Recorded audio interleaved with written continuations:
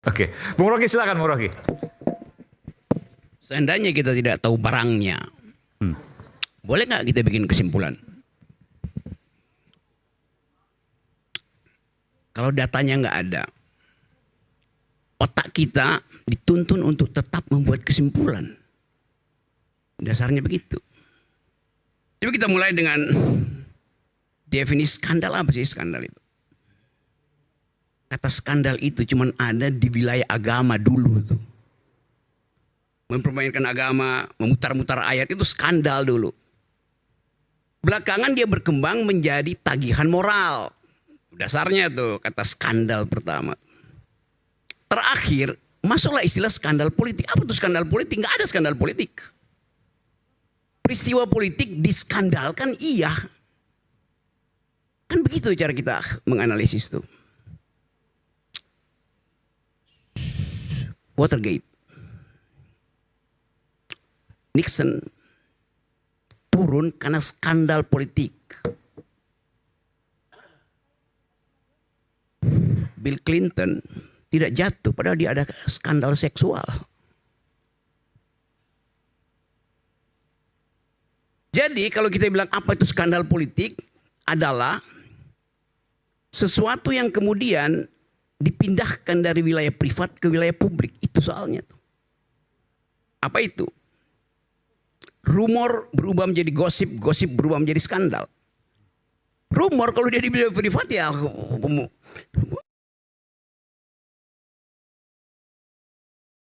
saya mau terangin itu karena itu karena itu yang mesti menggunakan kata itu. Mohon maaf Bung Rocky, saya harus potong. Berarti saya mesti edit bahasa ilmu pengetahuan itu.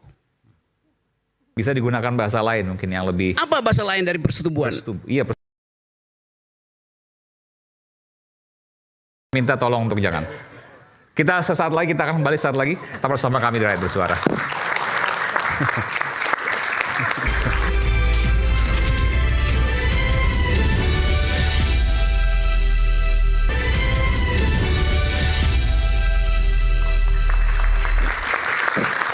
Ya, kembali di Rakyat Bersuara, rakyat yang tetap bersuara, tapi tentu kita juga hadir di sini untuk kemudian bicara soal apa adanya, meskipun juga harus kita lihat bagaimana jam tayangnya juga, Bung Rocky ya. Silakan Bung Rocky. Saya lanjut ya, saya lagi terangin. Tapi janji dulu ya. Ya, oke. Saya lagi terangin apa kata skandal itu apa. Oke. Karena orang nggak tahu apa yang skandal itu. Saya tadi kasih contoh. Peristiwa Nixon turun di impeach itu karena dia bikin skandal politik, di dalamnya tidak ada urusan seks. Sebaliknya Bill Clinton bikin skandal yang isinya seks, tapi dia tidak jatuh. Jadi di Amerika lebih berbahaya memanipulasi politik daripada memanipulasi birahi itu. Dengan kata lain, kalau kita terangkan apa yang terjadi pada Bill Clinton, peristiwa dengan Monica Lewinsky berubah dari inimikus menjadi hostis. Saudara Aiman, tahu nggak artinya inimikus dan hostis? Nggak tahu kan? Bahasa Latin tuh. Bahasa Latin ya. Aman. Anak-anak yang nonton dia mau tahu, mau tanya. Harus saya terangkan apa tuh inimikus. Jangan. Oke. Jadi buat apa? Biar googling aja. Anda mahasiswa, Anda tahu nggak apa itu inimikus, apa itu hostis? Biar googling aja, Bung Rocky. Lanjut, silakan. Ya. Saya bikin lebih lembut ya. Dalam peristiwa Bill Clinton, peristiwa diranjang inimikus dipindahkan menjadi peristiwa di talk show, hostis namanya. Dari yang privat pergi ke publik. Itu namanya skandal. Yang tadinya bukan skandal jadi skandal karena dipamerkan. Tangkap sekarang, Aiman.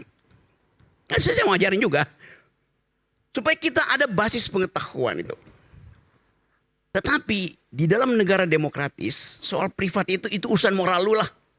Lu pertanggungjawabkan pada bini lu, pada suami lu, pacar lu, mantan pacar, selingkuhan, urusan. Tetapi begitu soal itu menjadi urusan transaksi untuk keseimbangan kekuasaan, dia berubah menjadi hostis. menjadi urusan publik. Yang di kita sekarang misalnya. Lebih skandalus mana? Hasto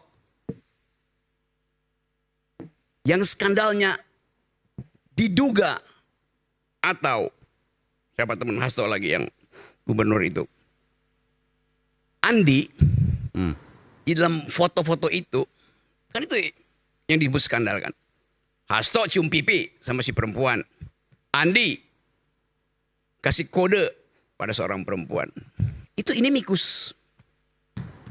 Diputar sedemikian rupa menjadi isu publik. Kan itu yang terjadi. Berubah menjadi hostis. Padahal itu adalah skandal dalam bentuk rumor dan gosip.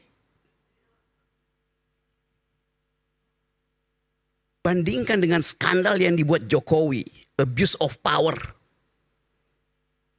Langsung dia hostis, nggak ada inimikus di situ. Yang kasus Mahkamah Konstitusi. Di situ fairness-nya kita mesti lihat tuh. Terang-terangan dicatat di dunia internasional. Bahwa Jokowi bikin skandal yang sifatnya hostis. Berbahaya bagi publik. Itu fairness-nya di situ. Nah sekarang yang terjadi adalah orang menduga apa yang ada di kotak Pandora di Rusia itu yang kuncinya dipegang oleh Koni. Apa isinya? Kata Guntur Romli tadi, isinya hostis, bukan inimikus. Tapi kenapa yang beredar di Indonesia inimikus? Soal terong lah, soal apa segala macam. Kan kita mau bedah itu dalam talk show semacam ini tuh. Kalau enggak talk show ini jadi rumor juga tuh kalau kita enggak mau masuk di dalam hal-hal yang sifatnya teoritis. Ada basis ilmiahnya tuh. Yang enggak ada margin of error di sini. Semuanya sempurna saya terangkan. Sekarang kita balik pada soal tadi. Siapa yang memulai skandal itu? Oke, kita uji. Siapa yang memuat foto Hasto dan Andi Wijayanto? BEM UNJ, Dekan Fakultas Manajemen Bakri Institut, apa kepentingannya? Faktanya nggak ada, tapi reasoning kita mulai bekerja tuh. Apakah yang lakukan itu adalah Kaesang, Gibran? Apa kepentingannya? Di dalam taraf berpikir itu kita akan lihat kalau begitu pertentangan utama antara siapa dan siapa tuh. Friend and enemy-nya di dalam konsep Carl Smith itu siapa dengan siapa. Pada analisis terakhir adalah Jokowi dan Megawati. Jadi jangan bawa Jokowi. Loh itu analisisnya begitu. Kalau otak kita mau kita pakai sempurna tuh.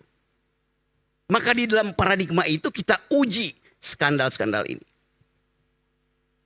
Hasto diskandalkan pasti oleh orang dekat Jokowi. Boleh. Orang kedua dekat Jokowi. Boleh. Orang ketiga dekat Jokowi. Boleh. Tapi kalau itu berarti ada orang ke-17 dekat Jokowi. Tetap dia adalah proksinya Jokowi. Sama aja logiknya.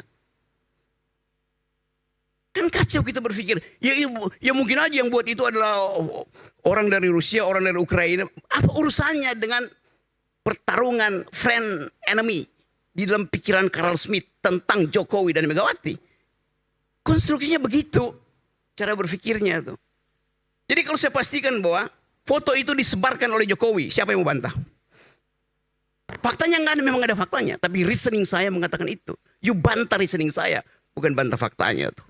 Assalamualaikum warahmatullahi wabarakatuh. Ada jawaban? Silakan.